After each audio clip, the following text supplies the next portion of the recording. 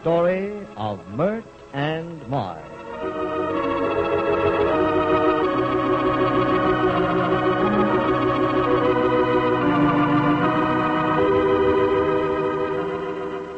Myrtle Spear has made a desperate and daring decision.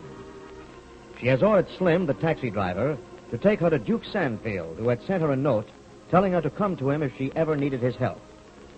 As you remember, she left Margie at a motion picture show, promising to return in time for the girls to have dinner and get to the theater for their evening performance.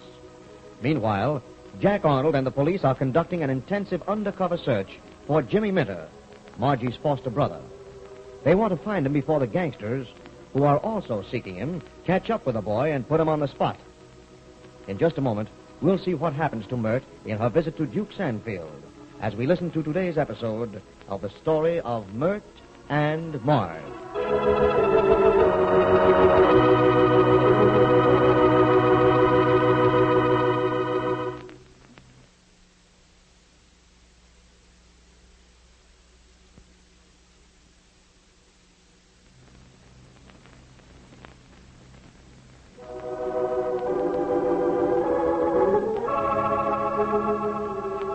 Only a few minutes have elapsed since Myrt left Marge at the motion picture theater. She has just arrived at Sandfield's gambling casino. Sandfield greets her. Well, how do you do, Miss Fair? I'm glad to see you again. May I talk to you alone, Mr. Sandfield? Well, certainly you may. Will you come with me up this way? Oh, are you going to take me up to your special question and answer room again? I don't think it'll be necessary today. We'll go into my office on the main floor. Does anyone know you came here, Miss Fair? Only the taxi driver who brought me here. Then you got my note. Mr. Sandfield, why have you had that driver hanging around my apartment house? I'm afraid that's a little matter concerning me. Believe me, it's necessary. Right in here, Miss Fair. Right. Shall we lock the door today? No. Unless you're afraid someone will come in. Someone might, so I'd better lock it. Won't you sit down? Make yourself comfortable. Thank you. I will. Now, why did you send that note to me to come to you if I needed you? Because I know the newspapers might try to connect you in some way with the murder of Harry Duffy. They're doing their best to try to connect me with it right now. And the reporters are trying to get a story from me. Well, if you followed my warning not to tell anyone where you were, it'd make it rather difficult for you to explain where you were, wouldn't it? Yes, and that's what I've come to see you about, Mr. Sandfield. Who is that taxi driver? Is he one of your men? Yes, Miss Fair. We call him Slim. Slim tells me he took you and your roommate to the Hayfields Theater this morning. You went in the front entrance, and he waited outside for you. When you came out, you were with a man. Who was the man, Miss Spear?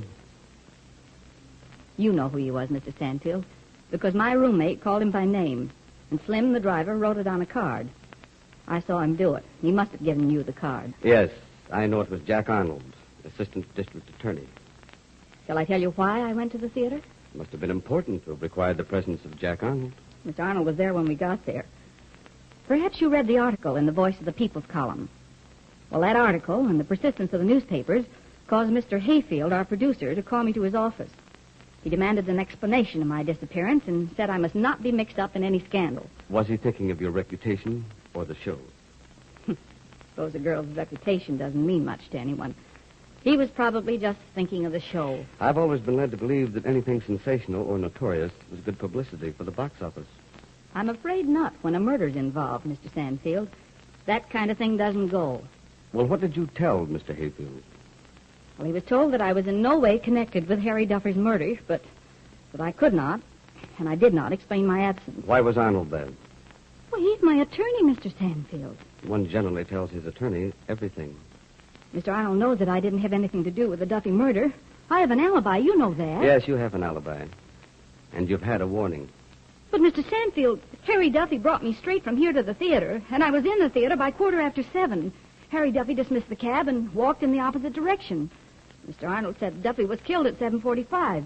Your man Slim knows all of that. Yes, so do I. So what more would you need, Miss Spear, to clear you of any connection with the whole affair? Isn't that, Mr. Sandfield? It's the explanation of my absence for 30 hours. The newspapers won't let me alone because they think that my disappearance in some way led up to the killing of Duffy. My being innocent means nothing to them. All they want's a story. And our stage director has threatened to fire me. That's why I've come to you. Well, what do you want me to do, Miss Spear? Well, I don't know. He warned me not to tell about my having been held here. And you're sure you haven't told your attorney, Mr. Jack Arnold? Well, I told him I couldn't explain my absence to him, that it was my own business. That, after all, of course, girls have gone on little trips and forgotten to come back. And does he believe you? I doubt it. You're not that type, Miss Spear. Oh, I don't know what he believes, but I just can't lose my job, Mr. Sandfield. I've got to get out of this trouble and have it cleared up in the newspapers. Am I to believe, Miss Spear, that you would let your friend and attorney, Mr. Arnold, He's more than a friend, Mr. Sandfield, a good friend. Well, we'll put it this way, Miss Spear. You think more of your safety or your reputation than you do of the good opinion of your friend, Mr. Arnold? Well, what of it? I'm inclined not to believe you, Miss Spear. A girl like you would blacken her own character, especially to a friend, for only one reason. To help someone near and dear to her.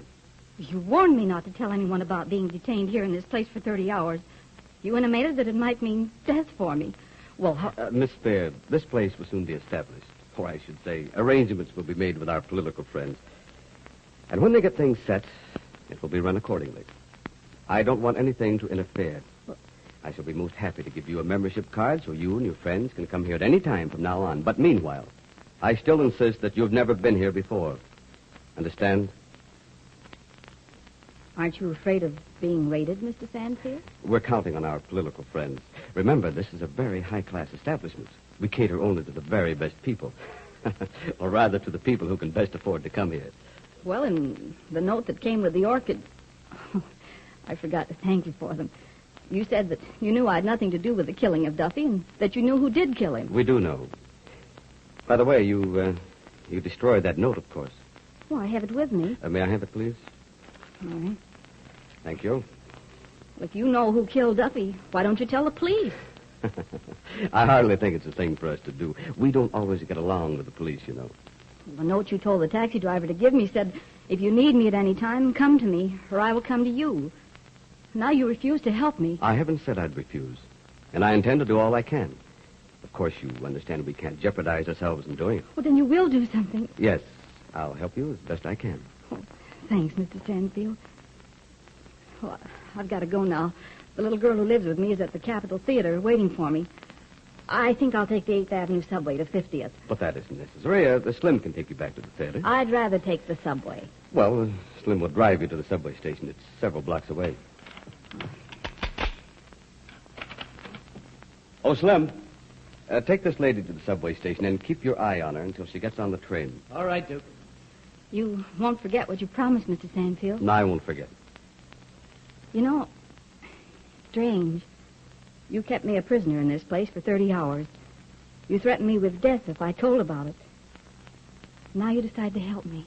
Yes, it is strange what a woman can do with a man. Well, goodbye, Miss Spear. I'll give you a ring one of these days. Perhaps you may need me again.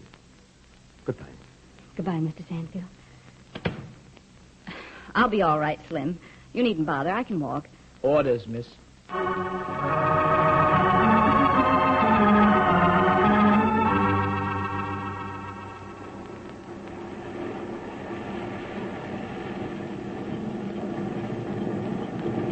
Say, Bill, did you read in the paper here about this chorus dame from Hayfields Pleasures? They say she was mixed up in Duffy's kickoff. Yeah, swell-looking dish, ain't she? That's a nice picture. I'd like to meet her. Ah, not a chance. Remember, Harry Duffy was going to bring her over to Red Rooster one night to give us all a knockdown. But he didn't. Yeah, too bad they got her mixed up in it. You and me know she ain't got nothing to do with it. Hold your lip. You talk too much.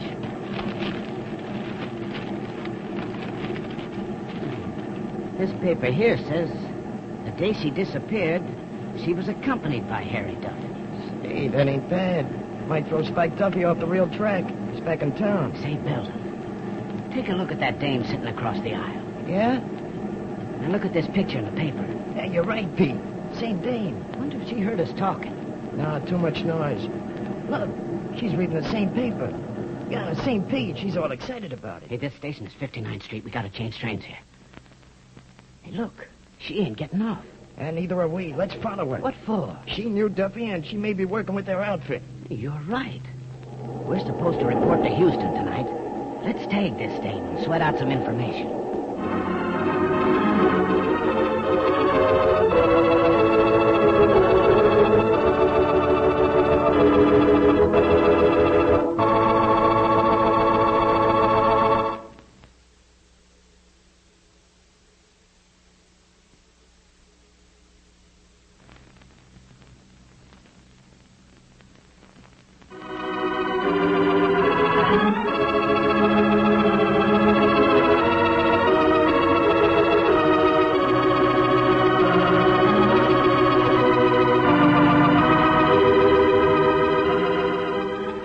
Myrt now has two of the Houston mobsters on her trail.